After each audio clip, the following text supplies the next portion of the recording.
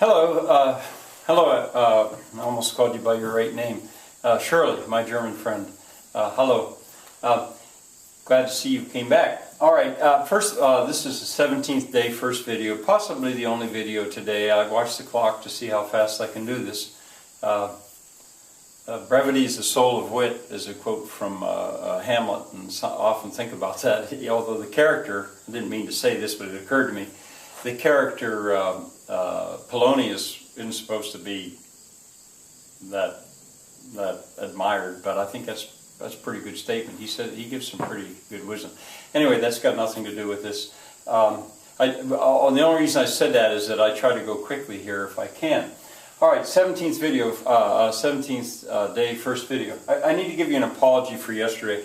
I looked at the video and I kept messing with my finger. I'm sorry, that wasn't very professional. Remember, this is a barn. I'm a farmer. I've been using a pick, and I have a callus there, and it was bugging me to get the skin off it.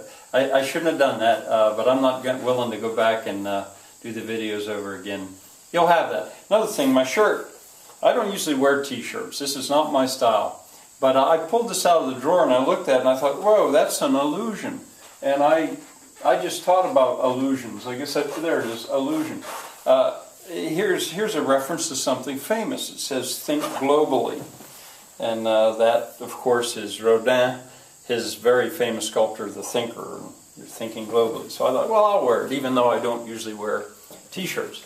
All right, if you have been keeping up and if you've been watching these videos, you watch some of Quest for Fire.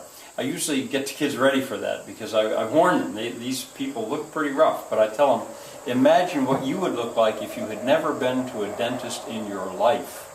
If there were no such thing as a comb, there were no such thing as soap, of course. Taking a bath was unheard of, but mostly the dentist thing. That really gets their attention. These people look rough. That movie won an award for the best makeup. It won an Academy Award for the best makeup. Well, anyway, it gave you a vision of what it might have been like in 80,000 BC. That's when that was set. Let's see. Well, let's start at the Chronological Survey, I guess. That would work.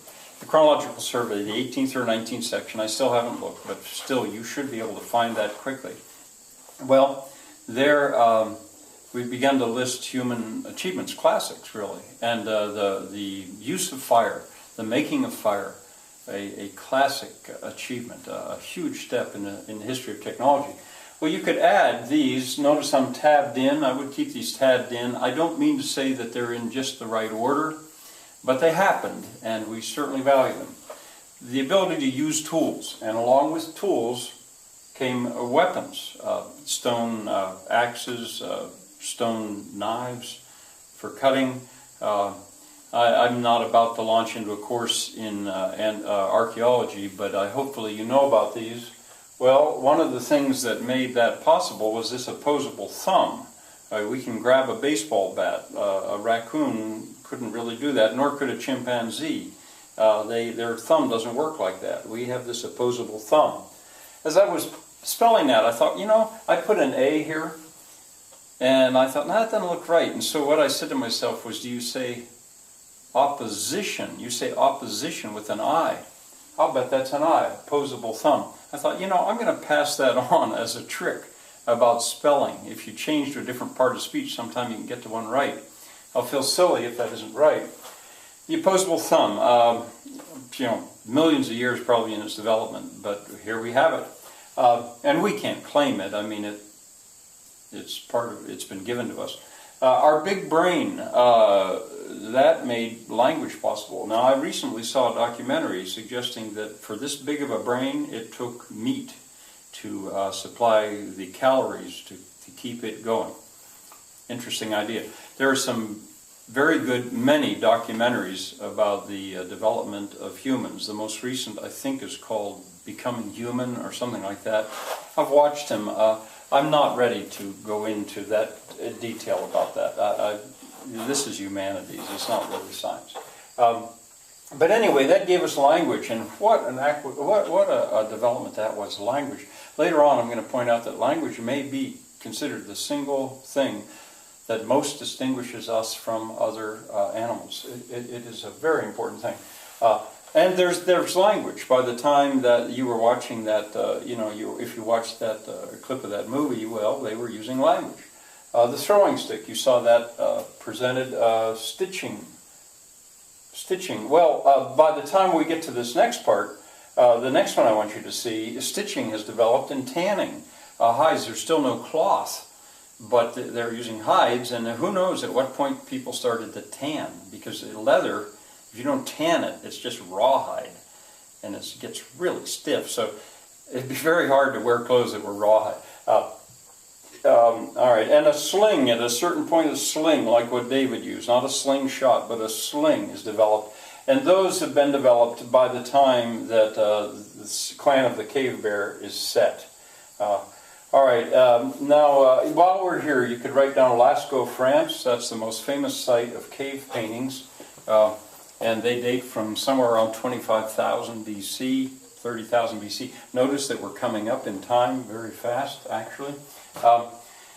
Now, would you please go, how about we go to genres mentioned in class, genres. That's 3.1, I think. And there you could add, at that point, clan of the cave bear. That's an example of prehistoric fiction. I mean, add it, tabbed in under the category of prehistoric fiction.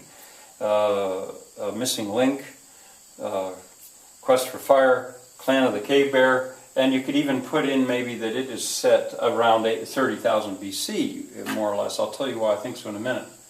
You could also put Ice Age. That's a cartoon. That's an animated movie. You surely remember the comical squirrel used so effectively for comic relief in Ice Age and Ice Age 2. Well, those are set not with dinosaurs. Now, they do, like so much of Disney, it does give animals human feelings, but that's called anthropomorphizing. It does that. But in any case, I could see it going onto the list. And there is an allusion in Ice Age to Stonehenge, actually, at one point where they go along. You see that very familiar shape of Stonehenge in the background. And there certainly is an allusion to these cave paintings at Lascaux, France. At the opening of Clan of the Cave Bear, as I recall, I haven't watched this movie in many, many years, the whole thing, but at the opening I think you see those images of those cave paintings, so that could date it around 25,000, 30,000 BC. All right, still one other thing, I guess I might be able to make this today. Go to Literary Devices, 6.1, I think that is.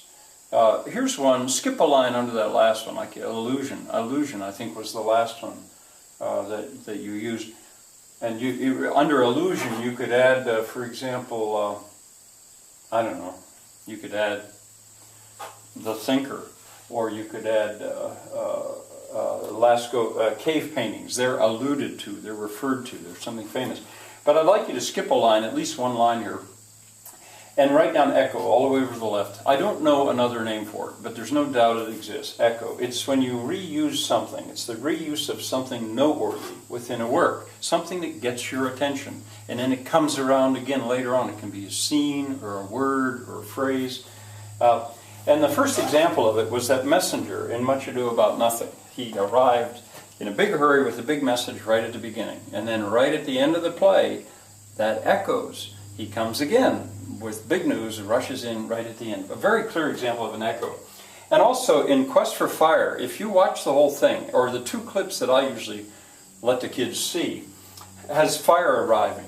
And its arrival at the very beginning, that is filmed like wildlife photography, of course. When it arrives at the beginning, they're all hooting and hollering, and it's on an island, and they fail to keep it going. But then at the end, it arrives again. And once again, they fail to keep it going, but this time they learn to make it.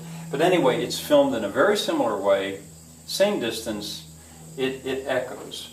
Well, I guess that's it. I would like you before our next class to look at some, at least at the very end. I should have told you. It's the very end of Clan of the Cave Bear that I like to use. The last 5 minutes or so. The rest of it, I don't know. Once again, it would be up to you. you know, the ratings on these depend on your age and the age of your children, whatever. But the last 5 minutes of it, if you can find a way to get it, it's on Netflix, but you'll have to order it. Yeah, YouTube, I don't know. I don't have a real easy way to say, there you go, here's the way you're going to look at it. But you're clever people, you can probably find it. All right, see you tomorrow. We're going to have a field trip, I think, tomorrow. So until then, bye.